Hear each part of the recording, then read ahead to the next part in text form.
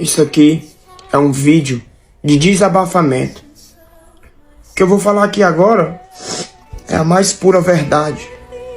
É a mais pura realidade. Bem, amigos, terminou. Mentira. Ainda tem muito campeonato, né? Porém, é o que a gente já vem dizendo. O time é muito fraco. O time não tem força ofensiva. O time não tem criatividade. O time não tem transição. O time não tem defesa. E a gente tá pagando o preço por conta disso. Na verdade, o grande culpado de tudo a gente sabe quem é, né? E tá ficando já cansativo.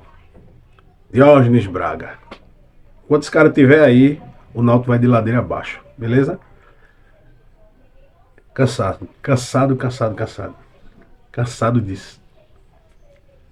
O Náutico consegue cagar em cima do prato que ele vai comer, beleza?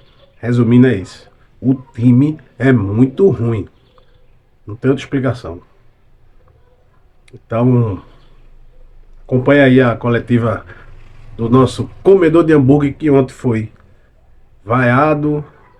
Muito nego aí na internet que tem canal no YouTube aí meteu o pau aí no comedor de hambúrguer, no nosso treinador, né? Então, isso é torcida. Ganhou é céu, perdeu é inferno. Então, se inscreve aí no canal, curte, compartilha, manda pra rapaziada aí, beleza? Fica aí com a entrevista, a coletiva de Marchiori, o comedor de hambúrguer. Valeu, tamo junto.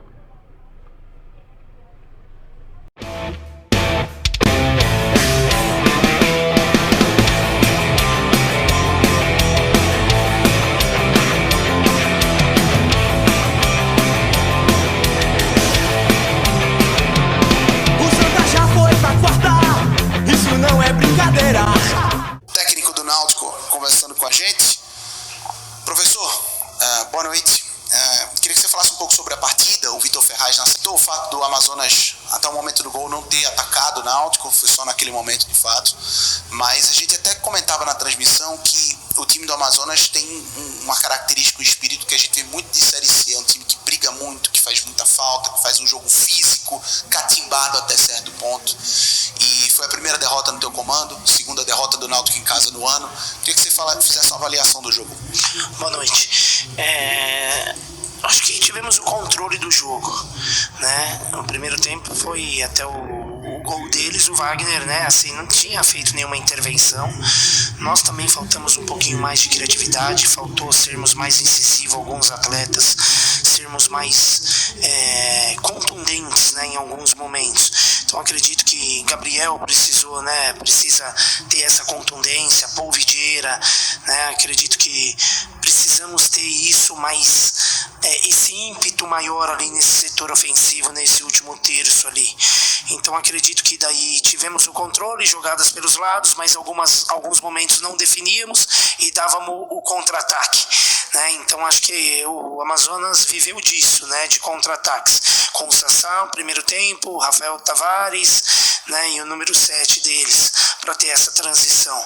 Então acredito que tivemos o jogo pelo lado, o jogo entre linhas, mas faltou essa definição final para podermos finalizar mais, incomodar mais eles. Tivemos a chance no final do primeiro tempo de empatar ainda, não conseguimos, e no início do primeiro tempo perdemos um gol claro. Acho que no segundo tempo tivemos completamente o controle, porém um ou outro momento vai passando o tempo, você acaba, né, se expondo para um outro contra-ataque.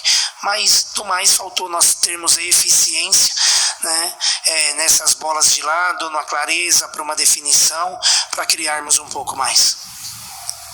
Boa noite, professor Marchiori. Boa noite.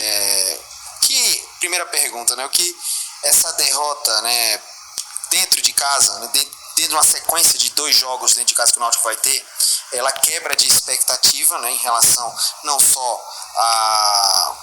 o campeonato em si, é mais um momento também, né, um momento que seria de crescimento. E sobre o Brian, né, um jogador que não atuava há muito tempo, passou mais de um ano sem atuar, uma lesão realmente muito grave, teve seus primeiros minutos. Como é que você avalia esses primeiros minutos dele e a importância dele para a sequência da temporada?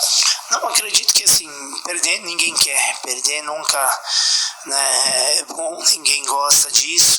Nós tínhamos uma expectativa também de pontuarmos por conta do que você falou desses 2 jogos dentro de casa, então não conseguimos, mas o importante é que estamos dentro do G8 e temos mais um jogo em casa, que temos que, né, sabemos que também é difícil, a competição é assim, é muito equilibrada, essa Série C não tem, desde que eu cheguei aqui eu venho falando isso muito para todos vocês e para o elenco eu falo a mesma coisa, nós não temos, né, moleza, não temos facilidade, muitas vezes você tem que ser cirúrgico e isso o Amazonas vem sendo, né, na competição. Então o que nós precisamos, eu acredito que é o que faltou para nós hoje.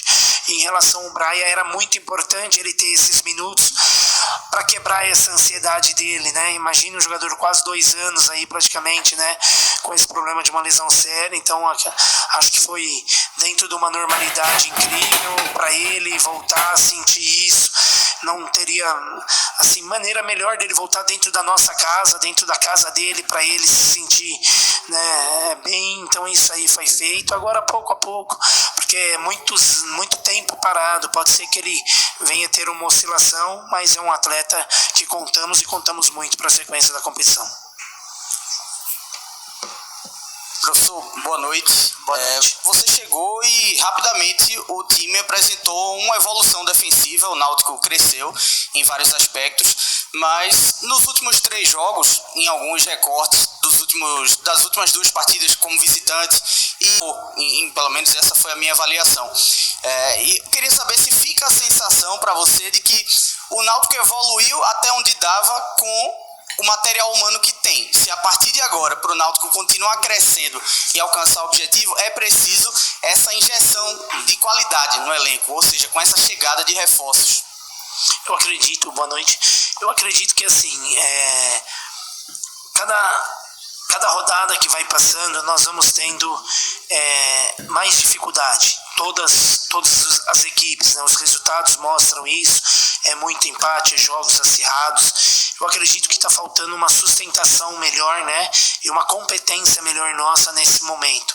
Então acredito que se vocês pegarem desde a minha chegada, é o que eu venho falando, nós não tivemos gols tomados de jogada trabalhada do adversário.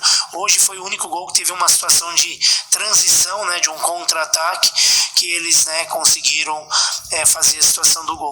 Mas de criar, de ter isso, não vem acontecendo. Hoje, as oportunidades que eles tiveram no segundo tempo foi porque nós tivemos que nos expor um pouco mais, né? Então, quando você tem essa exposição, é isso. E é o que eu acho, precisamos sim sermos mais letais quando tivermos as oportunidades para mudar o jogo, para decidirmos o jogo, para termos isso. Agora, estamos abertos sim à qualificação do elenco para que as coisas possam acontecer de uma melhor forma. Marchiori, boa noite. Boa noite. Eu queria que você explicasse um pouco, para que eu pudesse entender e também a torcida, porque na saída eu vi muita gente falando sobre isso. A sua opção pelo Mangabeira, ao invés de você ter com 2 zagueiros no banco disponíveis, né? O Danilo voltou a ficar à disposição, o Odivan também estava à disposição. Queria que você falasse um pouco mais sobre essa opção e também como você recebe as vaias hoje aqui nos Aflitos. É a primeira derrota apenas do time em casa, mas a torcida reagiu de uma maneira como se o time já viesse ruim. Eu queria que você falasse sobre esses 2 pontos, por favor. Obrigada. Imagina, sobre o Mangabeira, a decisão de não ter um terceiro zagueiro jogando junto, é porque, se vocês analisarem, foi um estudo técnico nosso, né? Eles iniciaram a partida com o Sassá e um meia que flutuava, que é o Rafael Tavares, esse 10. Então, para que nós iríamos ter 3 zagueiros? Normalmente, se você tem 3 zagueiros ali, você perde uma flexibilidade de movimentos, que o Mangabeira poderia exercer isso, e exerceu muito bem, na minha opinião. Ele desgarrava, então tinha momentos que nós vínhamos para uma marcação de um 4-1-4-1 e alguns momentos ele entrava para essa linha de 5 no meio dos zagueiros, para poder adiantar e tirar a criação, né, de quem flutuasse ali, que normalmente seria o 10, o Rafael Tavares. Então, e esse ponto nós atingimos, e aí eu não via necessidade de ter um terceiro zagueiro para isso, por conta dessa flexibilidade